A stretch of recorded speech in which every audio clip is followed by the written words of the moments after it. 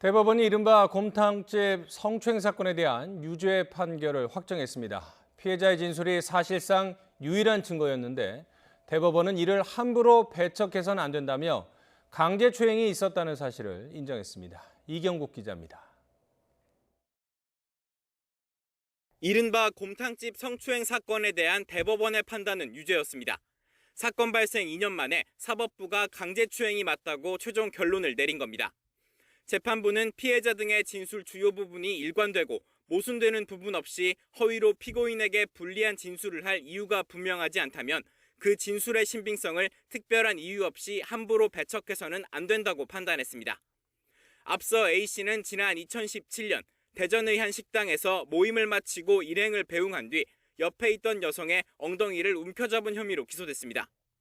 당시 CCTV 영상이 잇따라 공개되며 인터넷과 SNS 등에서 큰 논란이 일었고 A씨의 아내가 억울하다며 올린 청와대 청원에는 33만 명 이상이 서명했습니다.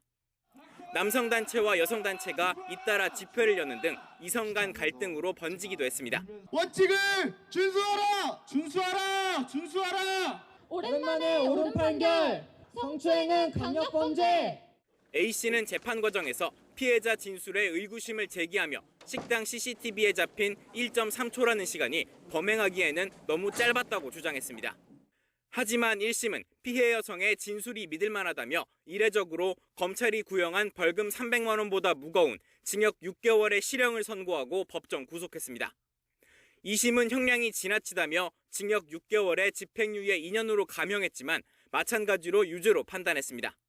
이후 A씨는 증거 판단이 객관적이지 않았다며 상고했지만 대법원은 이를 받아들이지 않았습니다.